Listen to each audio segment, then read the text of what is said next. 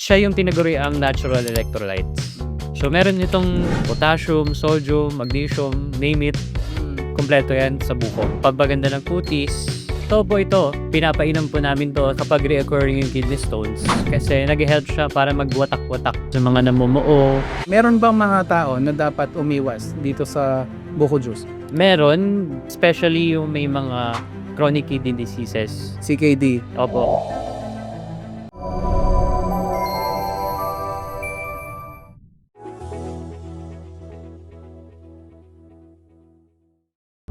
Good day mga kababayan! Welcome sa isang bagong episode na Medico.ph at ngayon pag-uusapan natin ang dapat tinagurian na pambansang inumin ng Pilipinas at yan ang buko juice. Ano ba yung mga benepisyo nito? May risk ba ito sa health kung napasobra? May mga tao ba na hindi dapat masyadong magbubuko juice?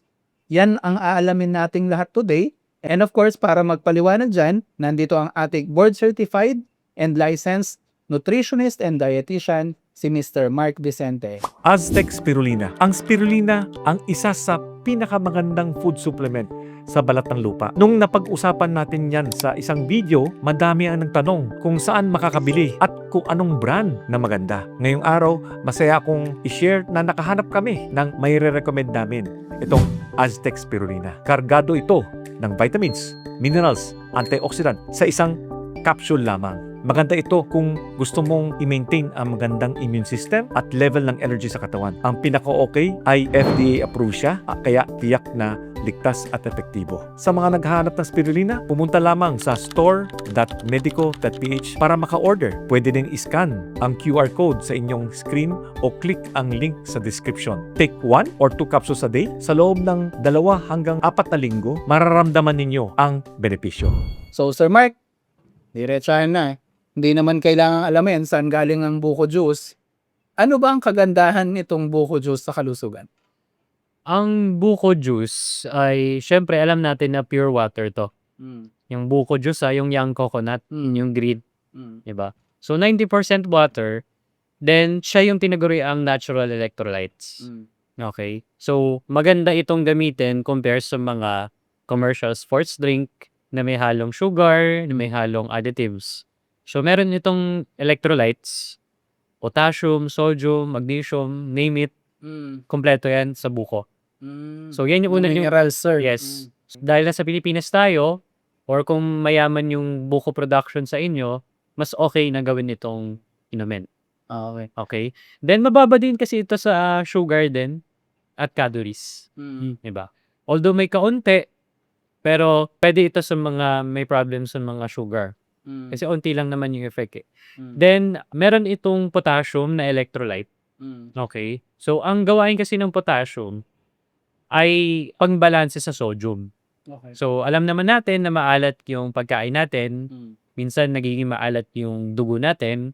So, ang potassium siya yung mag-rebalance. Okay. So, pwede ito sa mga may problem sa high blood pressure. Tama ba? So, potassium kasi is kind of electrolyte na nag-help sa muscle tissue ng heart. So, maganda po itong inumin. Then, when it comes sa kidney stones kasi, ito, pinapainom po namin to sa mga dietitians pag reoccurring yung kidney stones kasi nag-help siya para magwatak-watak. Yung Talaga. mga- Yung mga namumuo, sir? Yes, yung mga namumuo, yung mga oxalates, yung mga calcium doon. So, pwede itong isama sa tubig, gamitin yung buko. Siyempre, may limit kasi tayo sa buko, di ba? Siyempre, minsan gusto natin ng fresh water pa din.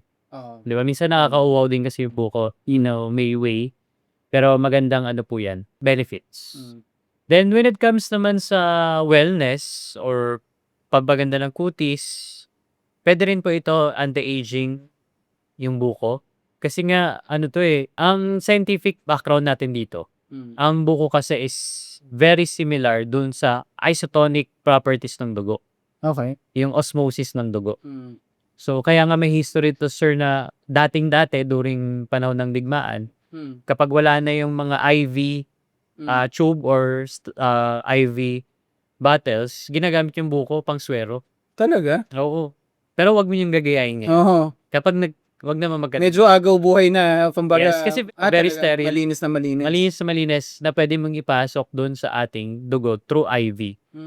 Di ba? Kasi nga kapag ang buko hindi pa nabuksan, free bacteria talaga yan, 'di ba? Talagang nature's ano yan 'no, similar with our blood. Talagang tunay na natural water natin, 'di ba?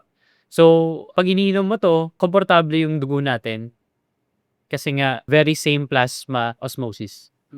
So, yun yung mga primary benefits ng buko. So yung na-mention mo yung sa skin benefits niya, Sir Mike, through consumption na iniinom mo, hindi naman Yes. pinapahid. Hindi. Kasi pag through consumption naman sa dugo pa rin yung pupunta yun. Oo. Mabagal lang.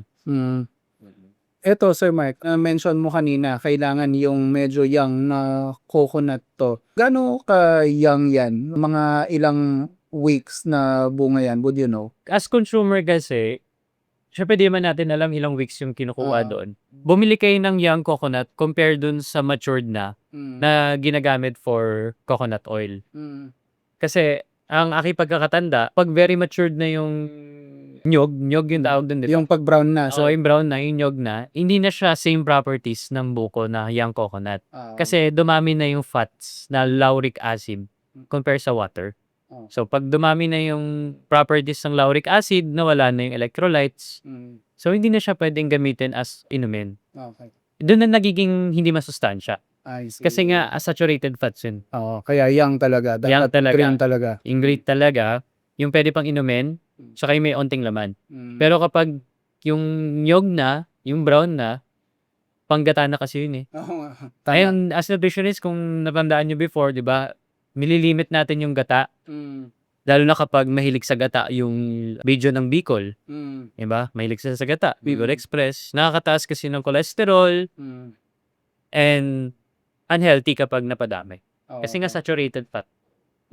Ito, Sir Mark, when you say buko juice, do you mean na straight from the fruit, ilagay mo sa baso, yun na yun? Yun na yun. Hindi yung, kasi buko juice rin namang matatawag yung mga nandun sa palengke o sa kalsada, yung tinimpla na ng ganon, tapos Sugar eh. matamis na eh, no?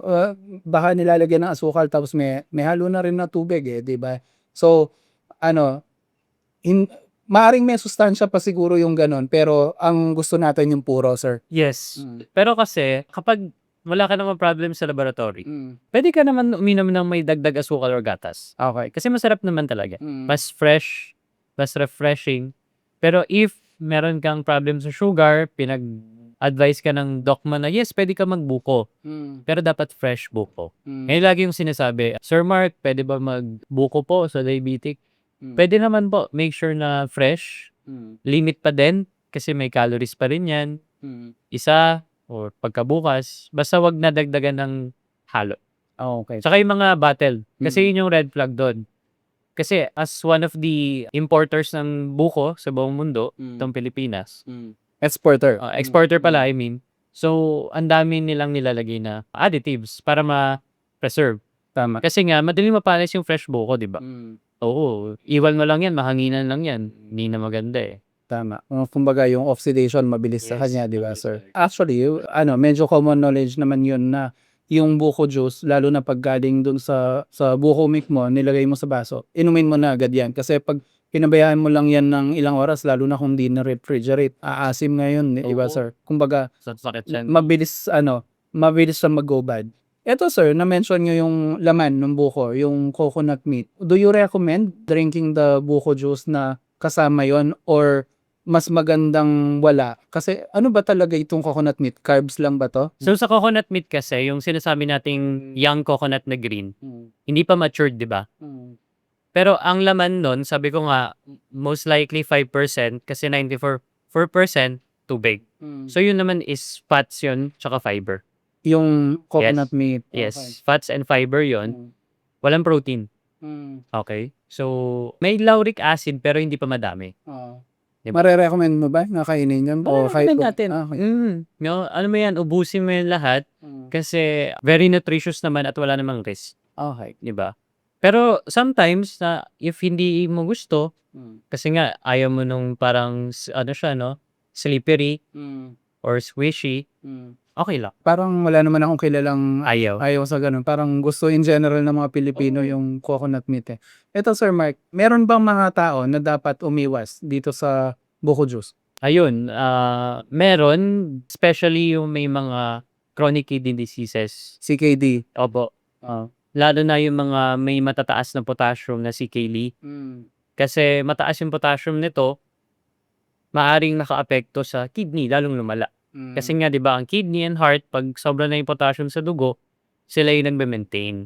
So 'pag di mo na-maintain, maaring magkaroon ka ng problema sa puso kasi sobra na. Dun na mag-lead yung mga serious problems. Okay. So, may CKD. May sige. Very important ha. Kailangan po nating unawain na may pinagkaiba yung may sakit sa bato as in kidney stones. Yes. Ibang-iba yon sa may sakit sa bato na chronic kidney disease. Yung kidney stones yung na-mention ni Sir Mark na may mga calcium or oxalates na namuo sa Sa ureter. kidney. Oo. And then nasusugat yung loob nyo. Kaya yun yung iihi ka, may konting dugo, o minsan marami ng dugo. Yun yung minsan inooperahan, minsan sina-shockwave treatment, yung mga ganyan. Minsan naman nadadaan ho sa gamot or minsan sa buko therapy. Iba yon dun sa may CKD na kunyari diabetic ka, tinamaan na later on yung kidney mo. Yan yung may stage 1 hanggang 5 tapos Opo. magdadialysis, 'di ba, Sir Mark? So, dun sa may kidney stone, okay siya. Yung Yes. buko juice, sir. Sa may CKD, hindi siya okay. Yes. So, hindi ho lahat ng sakit sa kidney pare-pareho. Kailangan ho, bago nyo subukang gawing pangtulong sa kidney nyo, yung buko juice, ipaalam nyo muna sa inyong doktor, lalo na sa inyong nephrologist, dahil sila po ang eksperto sa ating mga kidney. Yun lang naman yung pinakabawal or pinaka negative sa buko. So bukod dun sa kidney stones, makaka-help din kasi ang may mga UTI, urinary tract infection. Talaga. Kasi ang buko po ay kilala din bilang diuretic or pampaihi. So, Eto, sir, sa mga may STD kaya, nakatulong ba to? Kasi naman. diba parang I mean wala naman akong kilala na may STD pero minsan sa mga kwentuhang inuman, sasabihin nila parang pag nagkatulo ka magbuko ka lang yung mga ganon. Oo. May katotohanan ba Oo yun? naman. Okay. Kasi pampaihi nga ng mga bakterya sa loob. Ang STD kasi 'di ba transmitted 'yun sa loob ng ating mga private parts. Tama. So, ang buko ay pampaihi. Pangalawa, alkaline din. So, yung asido ng ating ihi or ng dugo nakakatulong din mag-alkaline. Okay. So, yun naman pala. Kahit papaano may hindi man yung buko yung tumatanggal sa mikrobyo mismo, yung action ng pag-ihi, Yes. na-flash out sila. Oo, kasi ang kwentong bayan Mm. ng mga hindi fan ng antibiotics, yung bukom na lang eh. Di ba? Oo. Pero syempre, kung kaya mag-antibiotics, okay. So, it's up to you. Preferred nyo, no? Oo. Kasi hindi natin pwedeng makialam. Kasi may kilala talaga tayong tao na hindi uminom ng gamot. Oo. So, baka depende yan, no? Kung buko talaga yung sagot. Tama. Pero, syempre, kunyari, may UTI kayo or venereal disease, sundin nyo yung sinasabi ng doktor nyo. Pag sinabi niyang mag-antibiotic kayo, kahit hindi niya masyadong gusto yung gamot, it's for your own good. Yun talaga yung targeted para sa inyong condition. And yung buko, syempre, secondary na yun, di ba? So, Then, dagdag din natin ano yung tips paano inumin to, ano ba yung best. Oo nga. So, Okay. sabi nga natin electrolyte. So, after workout, pag ni-dehydrate ka, nainitan ka, napagod ka na sobrang pawis, any activities, pwedeng buko, basta inumin lang agad after buksan yung fresh coconut. Mga 20 minutes at least, alam ko yun yung standard time bago mapanis. Bilis lang. O pwedeng i-ref, tas takpan. Ang daming way. Then, may times kasi na ginagamit to pagkagising sa umaga. Walang laman yung tiyan. Hindi ko kaya yun. Sinubukan ko yun. Hindi mo Sumakit kaya. saan ko, sir. Oo, yun nga. May gumagawa nito. Kasi practice nila to, katulad ng lemon water. Diba? So, madaming mga practices na ginagawa. Kung hindi bagay sa'yo, wala namang problem. Ginagawa din to after kumain. Diba? Oh, yun. Dessert. Oh, yun. Okay yun. Galing dessert. Diba? Mga gaano karaming buko juice ang recommended mo? Sabihin na natin kung daily nilang gagawin. So, Sa daily kasi, at least isang baso, 200 to 250 ml. Okay na yun. Pwede na yun. Wala namang masama mangyayari. Wala namang masama mangyayari. Unless nga, yun nga, may CKD ka. Ah, Oo. yun, wag yun. Eto, Sir Mark, Sabi nila nakakadalas magpapupo yung yung buko juice. Totoo ba 'yon? Laxative ba 'to? Yes, may probability na pwede. Mm. Kasi nga, may mga fiber na soluble, yun yung nagpapatigas or nagpapalapot or nagpapasoft ng dumi. Okay. So, natutulak siya. As diuretic kasi, part din yun ng properties eh. Nagpapadumi, nagpapaihi. So kung medyo may problema ka, sensitive yung tiyan mo sa ganyan, baka abutan ka kasi sa labas eh. So Oo. Yun nga, may experience ako dyan. Hindi ako minom ng buko pag may lakad ako or mahirap na baka siya. maabutan. Pero kung nasa bahay ka lang naman siguro maghapon, pwede. Pwede. Yun po muna ang conclusion ng ating discussion. So maraming mga benefits ito. Imbes na sabi nga ni Sir Mark, mag-commercial energy drinks kayo or commercial na sports drinks, itong buko juice, okay na okay siya dahil mayaman sa electrolytes. Kung may mga infections sa wiwi, kung meron dito kidney stones, yun, pwede rin po siyang makatulong, and along with the other benefits na na-mention ni Sir Mark. Yun nga lang, pag medyo sensitive yung tiyan mo or kung may lakad kang malayo na wala kang access sa toilet for long periods, baka hindi para sa'yo itong inumin na to on that particular day. Dahil syempre, ayaw nating masadlak tayo sa habang buhay na kahihiyan. Anyway, yun lamang po ang ating discussion tungkol sa buko. Kayo, anong marirecommend nyo? Marami bang buko sa probinsya nyo? And gaano kayo kadalas uminom? Sound off na lang po sa comment section at baka may matutunan din kaming bago mula sa inyo. Anyway, sa ngalan ng ating partner in health, si Mr. Mark Dicente, ang ating board-certified and licensed nutritionist and dietitian, kami magpapaalam muna, nagsasabing stay happy, stay healthy, and see you sa next video. Bye-bye!